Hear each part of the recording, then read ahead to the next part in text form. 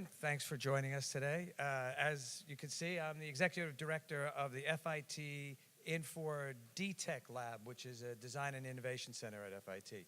And I have with me here two esteemed guests. Having worked closely with Google Jacquard and with LEVI'S to develop some interesting product, which you've heard about, but we have a little video here we can run so to give you a little more background.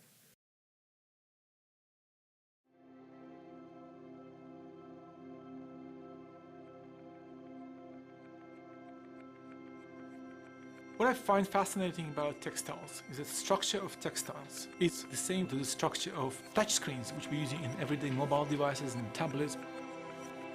That means that if you just replace some of the threads in textile with conductive threads, you should be able to weave the textile, which can recognize a variety of simple touch gestures, just like any normal touch panel you have on a mobile phone.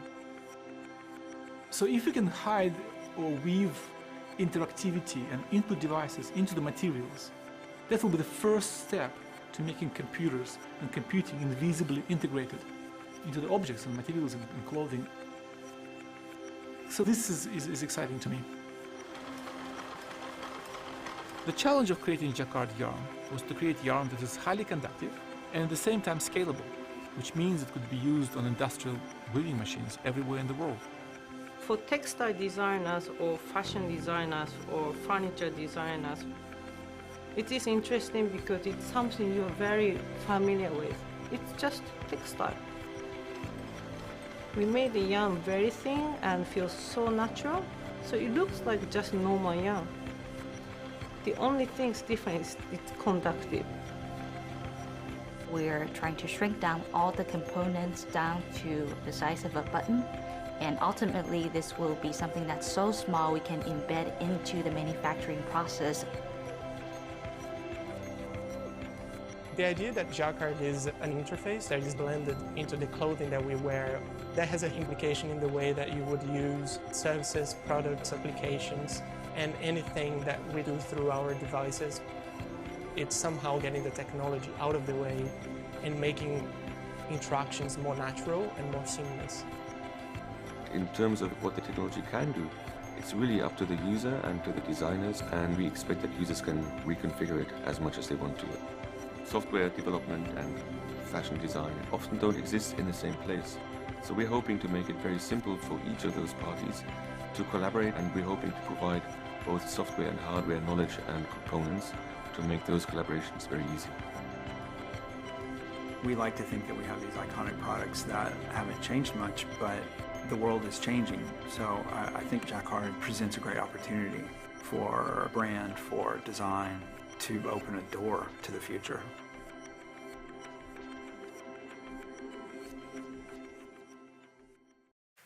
Really excellent. And, you know, I think one of the things that's really sort of the strong point to really focus on at the beginning of this is a demonstration of a project that went from concept to innovation, ideation, all the way through experiments in manufacturing, and is now available as a commercially sold, retailed product, which really kind of introduces this new supply chain, new manufacturing process, new value chain for fashion.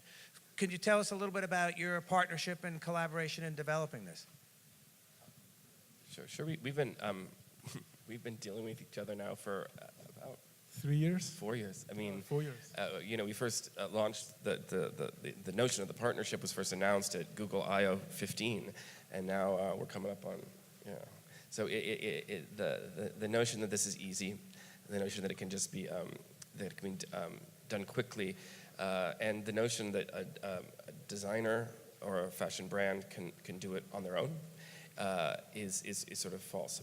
It requires partnership and sort of a collective respect and shared respect, and it requires commitment to overcoming challenges and making change happen at a pace that's inconsistent with the pace we normally accept in the fashion industry. It's not a 6-month thing. That said, I think Ivan and his team have engineered something that can now actually, you know, with the experiment and trials of this project, can be sort of more easily and modularly inserted into fashion, and they've really built a toolkit that is now something that can be given to new brands and introduced into other people's product, largely based on some of the trial and error that was hosted in this garment. That's true. Yeah, I think the Silicon Valley, and technology company, they tend to think that they can do everything themselves, right? So we can make our own cars and make our own rockets, and sometimes we do. But in this project, we kind of realized very quickly that if you want to change how the apparel is made, if you want to change what the apparel is, the nature of the apparel, make it connected and interactive and intelligent, you really have to work with somebody who has expertise in making apparel, and not making apparel 1 or 2 or 3 as a prototype, but really at scale, go all the way from design and through the manufacturing supply chain, making the things, then selling and marketing, returns, dealing with the customers and everything. So the strategic decision was from the very beginning that Google will build a technology which would empower brands to become kind of wearable manufacturers, right? So we wanted, it's not we're going to become making our own jackets or our own apparel. We don't want to make it, but we want Levi's to become somebody who is making, technology, become a technology company in a sense. That requires a lot of shift in thinking within the company as well. And I think that really is an interesting segue to our previous speaker had mentioned this developing trend in fashion and apparel as a service, which is something that we've seen in software, and cloud-based programming is a demonstration of that. But looking at apparel that does more than just clothe you or decorate you, but actually interacts with your environment in a productive and meaningful way is a new development for industry, for designers, and for consumers, which I think will be shifting more to users than consumers. And this idea that it's helping address some of the sustainability initiatives is a nice way to kind of look at what the future holds. Apparel that you can use for many functions and that no longer serves one function and is thrown away is this part of this new trend. Yeah, I think in the sustainability conversation, a lot of us talk shit about the fast fashion industry constantly driving this race to the bottom and pushing prices lower and lower. And Levi's can make, for example, a really great iconic trucker jacket, a jean jacket, and it's 52 years old, and it's one of the most successful outerwear silhouettes of all time. And we can have an opening price point of $89, and someone can come in at $69, someone can come in at $49, and there's nothing I can do to prevent that, and I stick by the quality standards of my $89 jacket. But how am I going to get people to reverse this appetite for ever lower pricing, ever cheaper things? How about designing something that is simply better? You can't argue against a price point that is assigned to a product that is unlike any other product ever made, and also you can't argue with a price point when that jacket is the only jacket that's ever been sold that actually improves over time. And when the improvement takes the form of added value and updates to the platform. When we initially sold this jacket, it was smart design for the urban cyclists. What are the things that someone riding their bike to and from work would need every day so that they could access the best of their digital life without taking their phone out of their pocket? And you can do it from the cuff of your jacket, but I can control my media, I can and scroll through my playlists, I can remember which songs I liked, I can get navigation function, that's great. So we succeeded in delivering something that had use during the week for the urban cyclist. How do we make it the most important piece of outerwear for their weekend? Well, let's consider new functions that are useful on the weekend, and Yvonne and his team engineered interface with Lyft, interface with Uber, interface with Bose. 6 months later, they engineered a function so that when you leave the club and forgot your jacket, your phone gets a pin-dropped message that tells you where it is. When you leave your phone at the bar, which I tend to do, it sends a little alert to the jacket to tell you to go back and get it. And those are all values that were given over 6-month increments, so that the participation in the fashion cycle of one jacket becomes the addition of new digital value, increasing consumer preference. And then this whole proposition is something you can't get when you're racing to the bottom in the fast fashion dynamic. It's remarkable how quick that iteration is happening because you view it as an open platform for that development. That's correct. And I think the idea that you can actually software can become a feature of the physical garment, and you innovate through software, I think is, it seems obvious, but it's actually very difficult sometimes to translate this idea into the world of fashion, because every time we talk to brands, there's a very strong focus on the physical appearance of the garment. And it's very natural because we've built garment this way, we thought about garment a certain way. Obviously, when technology comes in, we are trying to extend the initial functions of the garment with technology. You know, if, as a Ford said, if you ask people what they want, they would tell me, give me a faster horse. So the smart garment is not a faster horse, it's something completely different, but we don't know what is yet, what it's gonna be.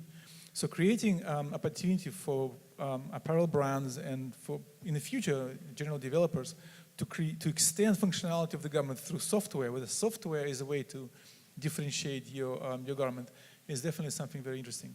It really suggests entirely new business models for brands and entirely new relationships between brands and individuals. And it's a much more interactive and much more facile relationship than a brand produces something and gives it to you. You're more involved in the dialogue of controlling your appearance enabled by technology provided by that brand. And there's also opportunities to create a reciprocal arrangement where you're providing data and value to the brand, and in exchange for that, they're recognizing the value of that and providing back to you a reciprocal value, whether it's in a social connection that enables you to buy products at lower prices or give you privileged access to new developments. There's many different business models that are going to change as a function of this enabled technology, enabled apparel. And I think the exciting thing for us is at Levi's to understand what we know and what we don't know, and to understand that the opportunity for those added values and new businesses is only going to be discovered through participating, right? That we're not, and to sort of sit back and not try to have a hand in learning from the people who are best equipped to unlock digital value. You don't get to do that, and I think you got to jump in and you got to participate in what is a fundamentally messy process. This sort of ideation, you know, creating little washable computers is not the easiest game in town. But if that's what it takes in order to introduce this new value and try to drive and try to create totally new consumer value, which is really what we should be thinking about every day. I mean, it's fun to think about the color, it's fun to think about the silhouette and the fabric and touch, you know, all that stuff. But at the end of the day, unless you're really focusing on what's going to best serve the consumer, you're doing a disservice. So, and this is entirely about how do we drive, I mean, because you know, there is a premium paid for this technology, and how do we make sure that we are absolutely delivering on the promise of value for that premium? It's an important iterative process to be participating in. I think maybe in the future, if we're thinking where we want to be, in the future I think sort of connected apparel should cost the same as a regular non-connected apparel, right? I mean, what do you think, Paul, about that? Yes, I accept that. That's right. Okay, but and then. If you're changing the terms of our commercial agreement right now, yeah, definitely. We're talking about the future. Yeah, future. Likely to be true in the future. Likely to be true in the future. That's right. And but I think what we can see is that like Sony invented this model where you sell hardware at loss and then you compensate through the services, right? I think there's a breakdown of 3 or 4 games you sell with PlayStation 1, so the hardware becomes, you know, break even on hardware. I think maybe that's one of the models. If we create enough value for consumer, that services we provide through the garment is so valuable, right? And they're willing to pay for them. Then in this case, that can subsidize the hardware in the garment. That's what fundamentally we want to. It has to be fundamentally be valuable for the consumer. They have to love it. And I think the only way to get there is through iteration. We have to. You're not going to do this by kind of like doing workshops. Well, workshops help, but it's not the only thing. You have to actually build it, give it to the market, learn from mistakes, improve, and so on and so on. And that's what we're doing together. And also, at the end of the day, if the garment doesn't work, if the garment isn't something that's preferred, then the technology in the garment isn't going to be successful. Ivan often says, you know, what's the killer use case for a jacket? Well, it has 2 sleeves and it covers your body, right? It's fundamentally, first and foremost, a jacket. And if I disengage the battery and the Bluetooth component, I still have kind of a cute jacket, right? It's not entirely about the tech. It's not a gadget that could or might or will likely end up in the back of a sock drawer like so many other wearable technology gadgets. It's first and foremost a garment. And I think, entering with that in mind, to make a valuable garment and then to add valuable technology, that's the important formula. And it's, you know, actually aligning it against fast fashion, which is driving price down, is really not, you know, common sense suggests that if it gets so cheap to produce, somebody's paying a price somewhere. It's just not feasible. So really looking at providing value as the primary objective of a brand and its relationship with the consumer, I think is really critical. Right. Radical reinvestment in value is the way to prevent this divestment in quality and erosion of the ethics in the supply chain. You know, I can promise you this could never have been made at Rana Plaza. And we would have never been in that facility. But the types of value that we're investing here are absolutely preference this production scenario into a place where we have, you know, full transparency into the ethical management of the factory and full transparency into the ethical management of the production process. So by investing in value and absolutely turning on heel and going the other way from that sort of the fast fashion race is the way that we and looking a little further down the line, being able to share that transparency in ways that are meaningful to the consumer, not only in terms of function and value, but also they have an understanding that this is being reported accurately and that you're not engaging in really unethical and kind of heinous activities damaging countries and the environment. That's all going to be enabled through varieties of innovations in technology. I think, yeah, I agree with that. I think so one thing I want to emphasize from Paul saying is that when I started this project, it was 2014, and there was kind of the peak of wearables. And everybody was saying, well, you're making the wearable. And I was always pushing back and saying, this is not a wearable. A garment that you cannot wear, by definition, not wearable, right? So a garment, we're building the garment, right? We're building something which essentially is a garment. And when you think about this as a garment, then all these issues come in place, right? You cannot just think about it as a wearable, as a technology just put on, like a something you strap on your wrist. It's really have to take into account everything, how is garment is made, how is discarded, right? You have to think about sustainability, and you have to think about materials going in. This is a much bigger conversation than just making a piece of electronics. At the same time, as Paul said, the killer case is you should still be a garment. We are not building a piece of technology for the technology's sake. It's a garment that's better. That's the main idea. I like to call those technology for technology sake products or ideas as a cure for no known diseases. You know, it's kind of senseless to not understand the entire cycle and process. And the more that we understand about the world, I think the more the consumer has really gotten aware of that and understands that now innately. Yeah. And all of that said, we're not trying to present this to the consumer as a sustainability proposition. All of that said, it is ideally a mechanism to influence sustainable consumption behaviors, but most importantly, it is something that is helpful to get you from A to B without looking at your phone. Most importantly, it's a way of, you know, scrolling through your Pandora or your Spotify without getting your phone out when you're on the subway. Most importantly, it's all the consumer-facing value that we're generating. Now, if that happens to also then pull people along into a new consumption pattern that really celebrates fewer, better things, that's great. But internally, we also consider all of these issues of sustainability, but that's not what leads, and that's not what we're hoping to present to the consumer as a compelling reason to purchase it. The compelling reason to purchase it is the promise that in 6 months it's going to get even better. In 6 months it's going to address new values that you hadn't anticipated. And if some point down the road there's a version 2, I promise you version 1 will still work on that new platform. Like all of these promises about the value of sustained ownership, they're implicit in the offering, but they're not explicit in the way we present its value to the consumer. And you look at what's happening with color-changing fabric and material that can actually change fit electronically in real time. You start to see an entirely different way to look at apparel that is mutable and protean and is also very responsive to you as an individual. It happens to mean that you'll have one jacket that you can, or one outfit that you can wear to work and go out dancing at night. But it's the value that it's adding that supports sustainability. And the user interface that Yvonne's team has developed here is one where the simple, intuitive reconfiguration of abilities, which gesture controls which function for daytime and nighttime, it doesn't require a change in garment. It's just a quick rearrangement from, navigating your way to, to a new client appointment versus navigating your way to the club, taking away,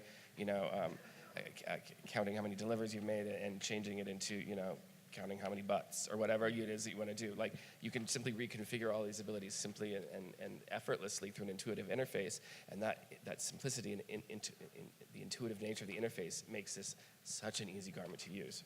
And similarly, we're thinking about the hardware which goes to the garment as a platform, as a basic component, which can be arranged in any way, and new components can be connected through the standard interfaces. So I don't think any company can come up with every single idea, like technology development so far. So as I mentioned, there's a new materials which allow us to change the shape of the garment, new nanomaterials, this and that coming out. It's impossible for one company to control everything. So what we are really looking at is creating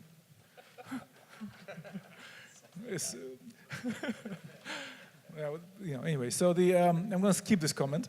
And then to control the entire physical infrastructure for making garments is impossible.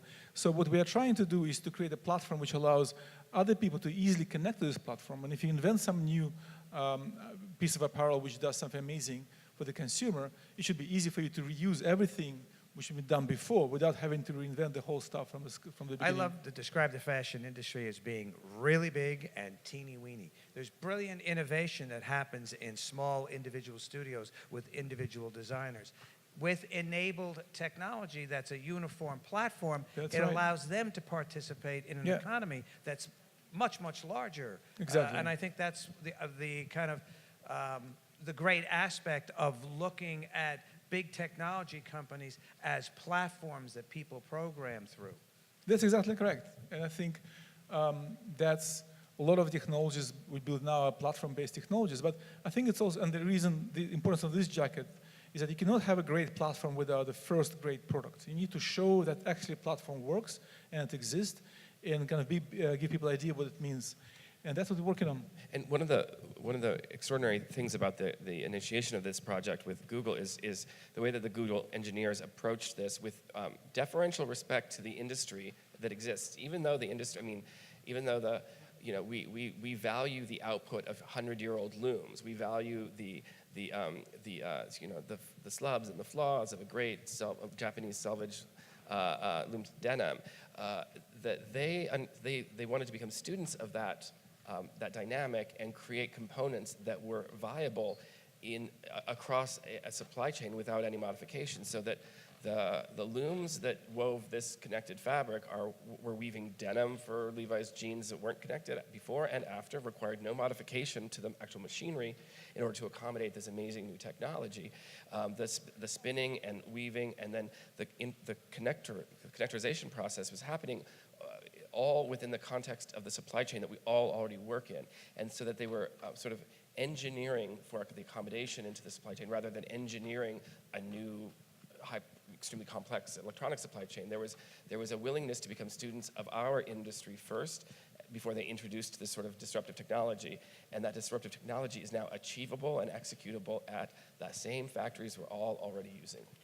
And at small scale, so artisanship and craftsmanship can also benefit from it. So if you look at technology as empowering rather than replacing, it's a much better understanding of it. And when we were experimenting with AI to see how it could improve decision-making in design, manufacturing, and retail for Tommy Hilfiger, it was clear that the students got to understand, they came in afraid that the robots were going to eat their job, but they left saying, wow, that was like having a really smart assistant designer working with me all the time. And they felt that the technology augmented their processes rather than replace them.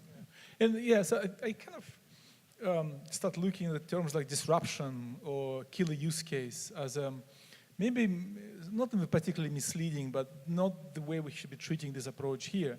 I think the goal here is to, as you completely correctly mentioned, is to improve and help the apparel industry, because it's huge and it's very mature, and there is it employs millions of people around the world. So how can we bring technology into this ecosystem and grow it in a way that it can embrace the whole new world of being connectivity and disruption does have such a negative tone to it, and revolution is a little more, positive vector. It's the same sort of idea, but it's focused at... That's right, that's right. So, yeah, so we're looking at positive change rather than disruption. So, with that, we got a little moment here. So what do you see on the horizon? What's next for Google Jacquard? Well, we love Levi's, but they're not the only one. So we are... Say it isn't so. I'm used to it. So we are, of course, looking to expand the platform for more partners, working with more brands, and not looking only at the jackets or even apparel. We think about this ecosystem of personal effects. There's a term I found out on the Wikipedia, which is things which you wear on your body. It's shoes, bags, accessory, and clothing. How those things, which most clothing is close to you, can kind of embrace connectivity, intelligence, interaction, which is possible now. So we're looking for more brands constantly, and we're working with a lot of brands now. And we were incredibly honored and delighted and have enjoyed being the sort of the guinea pig on this one. Like we've had a great time helping and putting all of our resources behind sort of the apparel expertise needs of for the cultivation of this project. But at the end of the day, it gets a little lonely out here being the only people in the space, and we believe that this is one of those rising tides that will lift everyone. Imagine this, that I have solutions appropriate to my Levi's commuter consumer that are the right uses for this technology to enable more awareness on the ride without losing connection to the best of your digital life. That's great. I'm excited to see what other brands do with this technology. What are the use cases for this technology for brands in every other sector? And the exciting thing is those uses that are developed and deployed on the Jacquard platform become values added to this garment, right? That this is now going to be a sort of a collaborative new creative ecosystem developing these refinements to these abilities using this sort of gesture system or other input systems that are going to be cross-deployable. So any value that any other partner creates ends up becoming more value to my consumer on this jacket, but on a creative trajectory and a functional trajectory that I wouldn't necessarily consider because I'm a designer at Levi's. And so I'm excited to see what other values are created, and just knowing that they're going to constantly improve a jacket that I already got in my closet. Like when I wake up in the morning and see a little push notification from Google and I just find out I got another present, I got another little gift, it's great. I love using, I don't know how many of you have ever been involved with music or electronic music instruments, but what MIDI did for the production of electronic music is astounding, and that was because there was an industry platform that was standardized that everybody participated in, and look at the explosion of brilliance. Exactly. I think what's very unique position, what Paul says and Levi says, which is we're open to innovation, we're open for other brands, we want to share the goods with everybody else. Actually quite unique. Not everybody in this industry thinks this way. So I talk to literally dozens and hundreds of brands regularly about that. I'm always trying to say, look guys, I mean, don't try to be the only one in this space. You're not going to survive. There's absolutely no economically feasibility. It's impossible to create a unique solution for every brand. It's impossible. It's going to work. And and people understand. I was talking to one of the pretty large athletic brands, and they told me, yes, we understand, but we hate our competitors so much. We just need to take time to think about. the future of innovation and fashion is collaboration. That's and right. that, I think, is really the underlying I think point here. I think the change of mentality, change of thinking in brands, that's something which is happening right now too, and we see the change. The conversations we had 4 years ago, the conversation we're having right now is very different. Everybody understands that it's a time to come together, and you see this happening in many other industries too, like automotive industries, right? So that we see competitors working together, and it's just because the problems we are facing and challenges we are facing are so huge. So we have to work together. And those fundamental predicating dispositions of the fashion industry of secrecy and exclusivity, mine, first to market, exclusivity, doesn't work here. We're not that smart, guys. We can't invent this stuff on our own, and even if you could, you don't have the back office programming support to maintain it. Like, this doesn't work unless we kind of go in together. This is like a new, just like, we all use the same markers, right, in each of our studios. We all go to the same fabric shows and look at the same trend reports, right? Think of it in terms of that shared tool that we're all responsible for fundamentally interpreting for our own consumer, for our own brand equity, and that stuff. But the idea of trying to own one of these systems, that's just, it's impossible, and if you try it, you probably aren't going to deliver the best value to the consumer the way you would if you leveraged a shared platform like this. And when you look at enabled apparel and its integration into the environment, it becomes part of architecture, becomes part of transportation, becomes part of just social engagement and commerce outside of anything that we have known before. So the end of the end of the panel, just on the side. Okay. But it is about understanding a transformation of apparel into a much broader kind of mindset. There's a huge space. The clothing is just it's a huge dot, but it's just a dot, right? Yeah. But now we go and think, as I said, like things like retail, right? And then things like marketing and things like, as I mentioned, the transportations, how those things link together. And I think this linked world where a lot of things connect to each other and talk to each other is what is going to happen. It's where the technology moving, and it's sort of kind of almost like the archetype human dream, to have like live things, so which comes to life, and your partners rather than just like, this objects in your hands. In the 70s, we used to call it a cybernetic ecology. And on that note, thank you guys. For really cybernetics. excellent conversation. Thank you.